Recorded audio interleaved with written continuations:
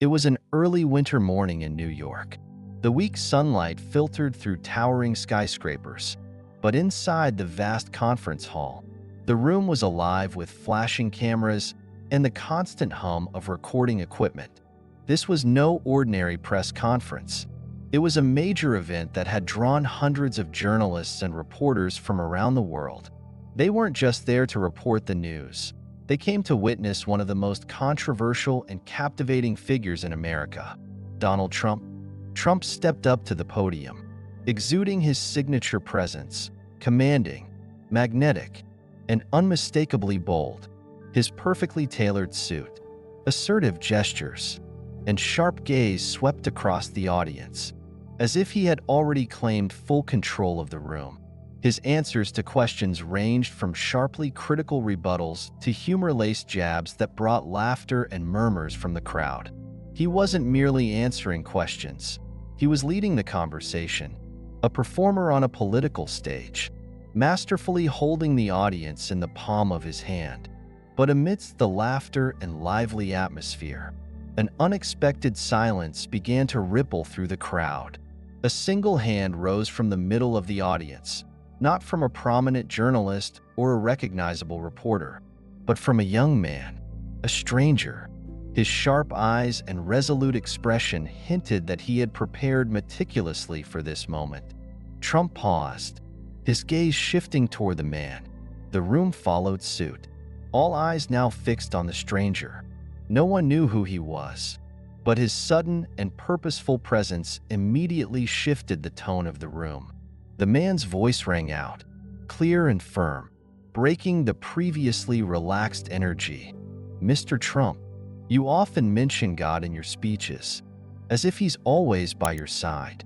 But I have a question, one that I believe could make anyone, even someone as strong as you, stop and reflect.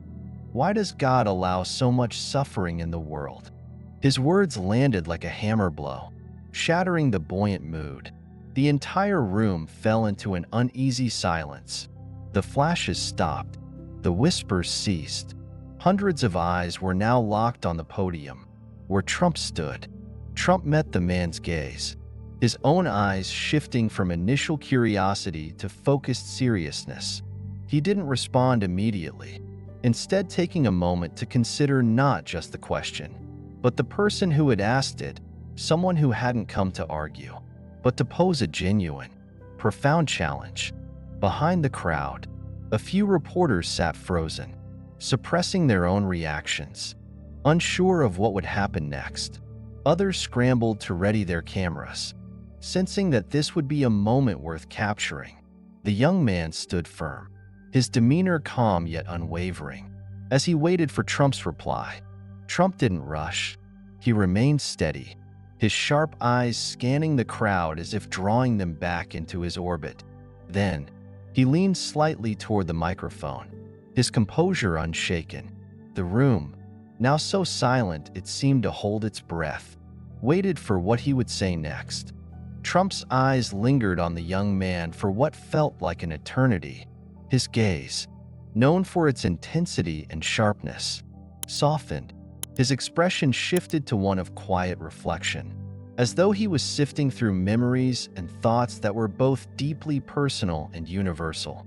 The room, moments ago alive with the hum of activity, fell into an almost unnatural stillness. Even the sound of breaths being drawn was audible in the hushed atmosphere.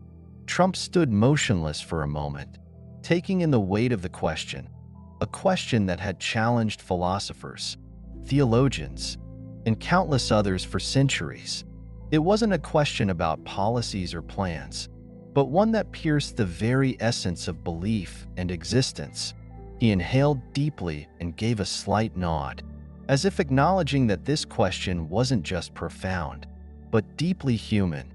Slowly, with deliberate care, he began to speak. His voice, typically commanding and sharp, now carried a tone that was softer, yet no less powerful. Each word seemed to carry the weight of a lifetime of contemplation. "This question isn't new," he said, his voice steady but reflective. "I know many people, including myself, have asked it before. Why does God, who is said to be all-powerful and full of love, allow war, poverty, disease, and suffering to exist in this world? I've wrestled with this question many times, especially during the most challenging moments of my life. He paused briefly, allowing the words to sink in. His eyes swept across the room, meeting the gaze of reporters, photographers, and even the skeptical young man who had asked the question. For a moment, it seemed as if everyone in the room was asking themselves the same question. As Trump continued, his tone warmed, carrying an air of sincerity and empathy that wasn't often seen. It was as though, in that moment, he wasn't just speaking as a public figure, but as a fellow human being grappling with the complexities of life. What I've come to understand is this, he began again. God has given us the most precious gift, free will, the freedom to love, but also the freedom to hurt, the freedom to create, but also the freedom to destroy. If he controlled everything we do, if he dictated our every action, we would no longer be truly human. We'd be puppets, with no ability to think, feel, or choose. But God doesn't want that. He wants us to be beings of will, of choice, and of responsibility. Trump stopped again, his gaze shifting from the young man to something distant, as though addressing an unseen audience beyond the walls of the room. The suffering in the world doesn't exist because God wants it. It exists because we, human beings, have made the wrong choices, he said, his voice carrying a heavier, more reflective tone. But here's the most remarkable thing. He hasn't abandoned us. He gives us the strength to heal, to love, and to do what's right. God isn't here to fix everything for us. It's up to us to take responsibility for changing the world. We can't just sit back and wait for him to act. Trump's words hung in the air like a warm, steady wave, washing over the room. The stillness deepened, but it wasn't the silence of awkwardness or doubt. It was the quiet of thoughtfulness, the kind that made people sit with their own questions and reflections. Some reporters lowered their pens, no longer scribbling notes or headlines. It was as if, for a moment, they forgot their roles as journalists and simply became listeners. Even the young man who had posed the question stood still, his rigid stance softening as though Trump's words had struck a chord he hadn't expected. Trump's voice grew firmer, resonating with a conviction that came from within. He wasn't just addressing the young man anymore. His words seemed aimed at everyone in the room and beyond. God has placed the future of this world in our hands, he said, his gaze sweeping across the crowd. Don't ask why he doesn't act. Instead, ask yourself, are we doing anything to change it? Are we using the gifts he's given us, the ability to think, to feel, to act, to make this world better? The room remained utterly silent, not because people were confused, but because they were thinking.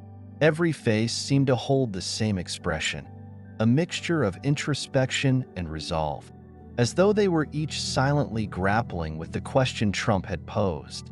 Trump took another pause, his expression still calm but his voice unwavering. I'm not here to say it's easy. Life is hard, and the world is filled with challenges we can't always control. But if there's one thing I know, it's this. God gave us everything we need to face those challenges, our minds, our hearts, our hands. The question isn't why he allows suffering. The question is whether we'll rise to meet the challenges he's put before us. As he finished, a palpable energy lingered in the air. No one rushed to speak. No cameras clicked. It wasn't just a response to a question. It was a moment that left everyone in the room feeling like they were part of something greater. The young man showed no sign of backing down after Trump's first answer. He stood firmly, his shoulders squared, and his gaze unwavering. There was no hesitation as he delivered his next question, his voice sharper now, almost demanding. If God truly loves us, why doesn't he intervene? Why doesn't he stop wars, end poverty, and eradicate disease? If he doesn't, then there are only two possibilities. Either he is powerless, or he doesn't truly care. The question hung in the air like a heavy weight. The atmosphere in the room, already tense, grew thicker. A few reporters in the back adjusted their cameras, their fingers poised over the shutter, sensing this moment would be one to capture. Others exchanged glances, whispering softly to one another.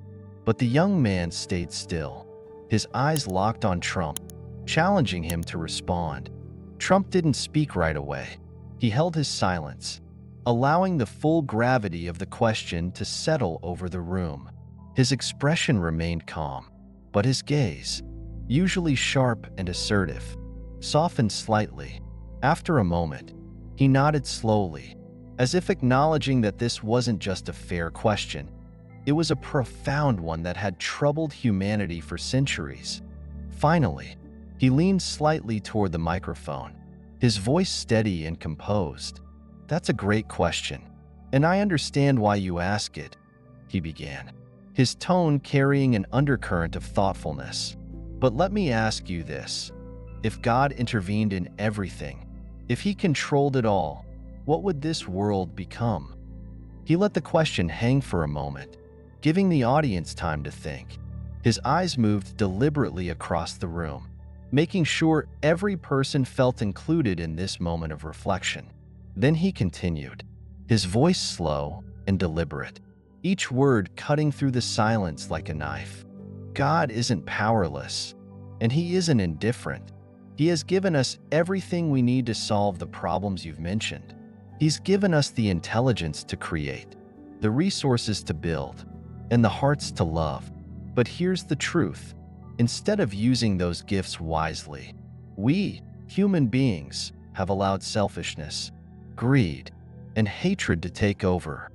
As Trump spoke, his tone shifted. There was a strength building in his voice, an intensity that seemed to demand attention. He wasn't just answering the young man anymore. He was addressing everyone in the room, and perhaps even beyond it. "He didn't create war, we did," Trump said firmly, pausing to let the words resonate. "He didn't create poverty. That's the result of our own injustices and neglect. God isn't here to do everything for us. He gave us free will, the freedom to make our own choices, and the strength to make a difference. But too often, we choose not to act at all." The silence in the room deepened, but it wasn't the silence of disinterest. It was the kind of stillness that came when every person was deeply engrossed in their own thoughts. The young man, who had been so defiant moments earlier, stood rooted in place, his sharp demeanor softening as he listened to Trump's words. Trump pressed on, his voice growing even more impassioned. It wasn't just a speech anymore. It was a plea, a challenge to every person present. "I'm not saying God doesn't care. He cares more than any of us ever could. But think about it. If God stepped in and fixed everything, what would we be? We wouldn't have the opportunity to learn, to grow, to change, or to become better people. God doesn't stop wars, but he places within us the ability to bring peace. He doesn't erase poverty directly, but he gives us the resources to share and help one another. We have the power to act, but too often, we choose not to." Trump paused again, his eyes narrowing slightly as he seemed to address not just the young man but every person in the room. His words carried the weight of a challenge. The question isn't why God doesn't act. The real question is, why aren't we acting? We cannot keep blaming him for what we, ourselves, have caused. Instead, we need to look in the mirror and ask, what have I done today to make this world better? The power of his words was undeniable. It wasn't just a response, it was a call to action, a demand for introspection. The room felt heavy with thought, each person silently grappling with the question Trump had turned back on them. The young man didn't move.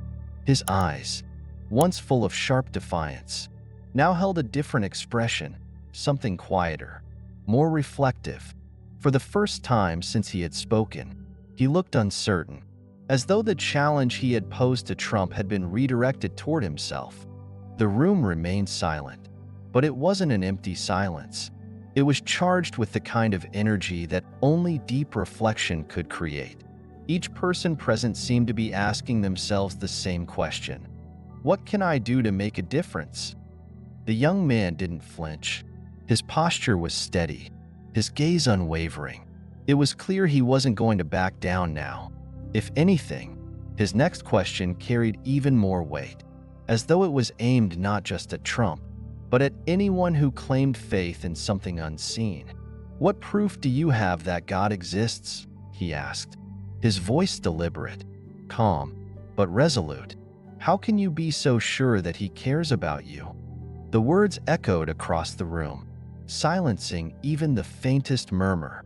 It was a direct, piercing challenge, a test of Trump's faith and conviction in front of an audience that had grown increasingly captivated by the unfolding exchange. Reporters sitting in the back adjusted their cameras, whispering softly to one another as they tried to predict how Trump might respond. Some suspected he might dodge the question, offer a polished but superficial answer, or pivot the conversation entirely. But Trump didn't do any of that. He stood firm, his expression softening in a way that felt almost vulnerable. His sharp eyes lowered slightly, as though he was sifting through a deeply personal memory. The silence in the room stretched, growing heavier with anticipation. Finally, Trump took a deep breath, straightened his posture, and leaned toward the microphone.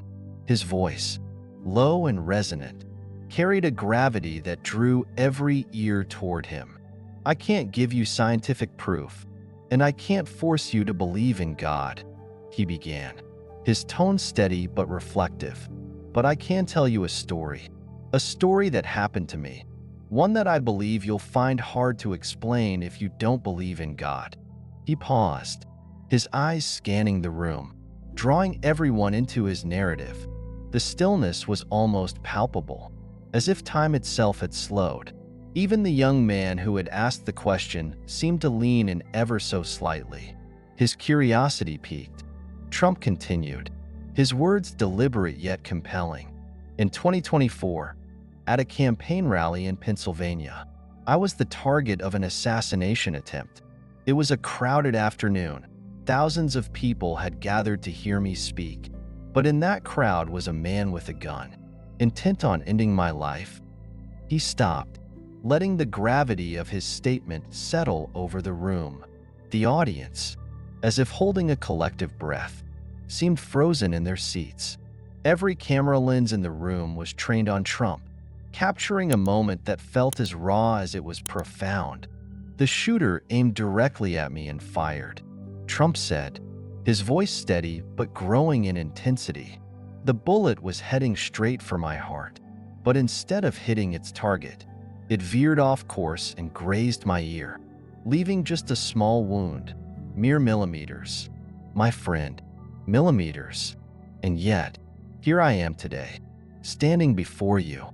He looked directly at the young man, his gaze firm yet calm, as though speaking directly to him and no one else in the room. "You might call that luck," Trump said, his voice steady.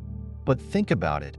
How could a bullet, fired from such close range, miss its mark so drastically? To me, that wasn't a coincidence. That was God. He didn't appear to push me out of the bullet's path, but he protected me in a way that defies explanation. That's why I believe in him, not just with my mind, but with my very life experiences." The room remained so silent that the faintest rustle of paper would have echoed. The reporters, who usually scribbled furiously, had stopped writing altogether. Trump's words weren't just an answer. They were a window into something deeply personal, almost sacred. Trump continued, his voice now imbued with emotion, as though he were speaking from the very depths of his soul.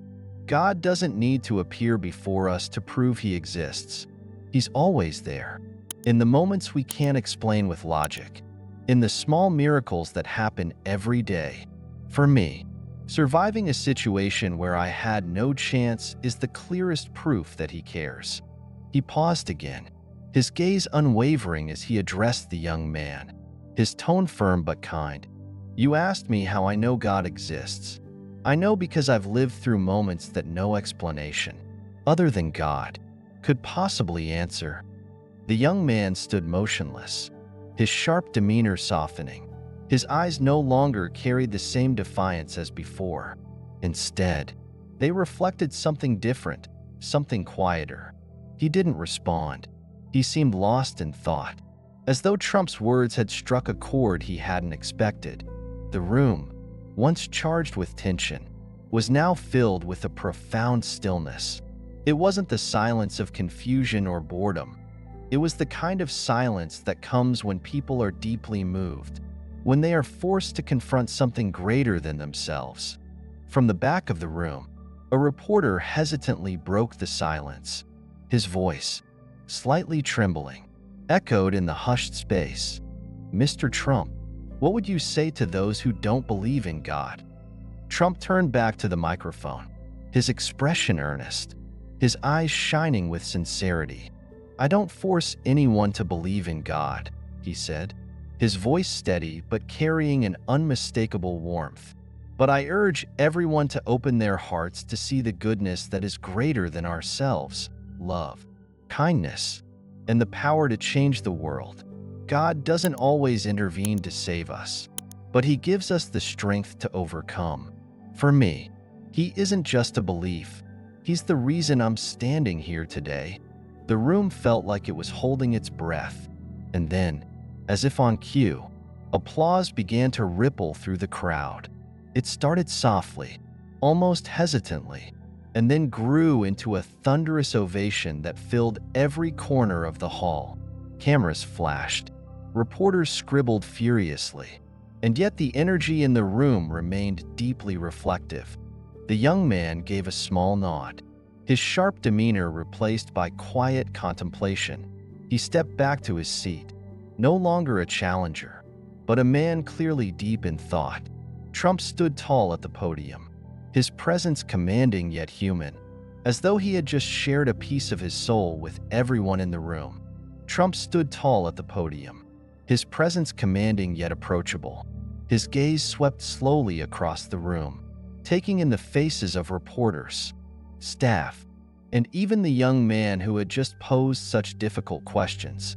The crowd was silent, hanging on to every word. Trump's usual sharp tone was gone, replaced by a sincerity that was rare but unmistakable. His voice was softer now, almost reflective, as though he were letting them into a private corner of his heart. "God doesn't need to appear in front of me to save me," he began, his voice carrying a weight that filled the room. "He protected me in a way that I cannot understand with logic. That's why I believe in Him. I don't ask anyone to believe the same way I do, but I do urge each of us to find something greater than ourselves to place our faith in, whether that's love, kindness, or the strength to change this world for the better." Trump paused, allowing his words to settle like a soft blanket over the room. The bright, harsh lights that illuminated the stage seemed to fade into the background, replaced by a quiet warmth that radiated through the space. The crowd was utterly still, absorbed by the gravity of the moment. When he spoke again, his voice grew stronger, carrying a conviction that seemed to flow directly from his core. "We cannot simply blame God when things don't go our way. It's easy to point fingers, to ask why He didn't step in and fix everything. But here's the truth. God has already given us everything we need to make a difference. He gave us intellect to solve problems, hearts to feel compassion, and hands to take action. The question isn't what He hasn't done. The question is, what have we done with what He's given us?" Trump's words seemed to hang in the air, pressing down gently but firmly on everyone in the room.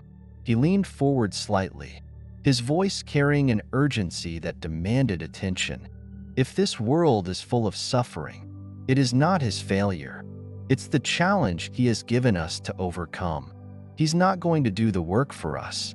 He's given us the tools, but it's up to us to use them.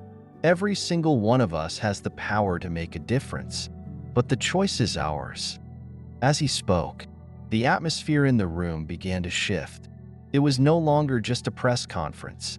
It was something deeper, something that felt almost sacred.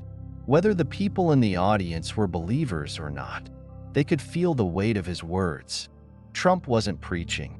He was speaking as someone who had faced challenges, someone who understood both the doubts and the responsibilities that come with faith. For a moment, there was no sound except Trump's voice. Reporters had stopped scribbling notes, their pens resting idly on notepads. Camera shutters were still. Even the faint buzz of whispers had disappeared. The room was entirely focused on him, not because of his political position, but because of the raw humanity in what he was saying. Trump took another pause, this one longer than before. He scanned the room again, his eyes soft but steady. He wanted to make sure they understood, not just the words, but the deeper meaning behind them.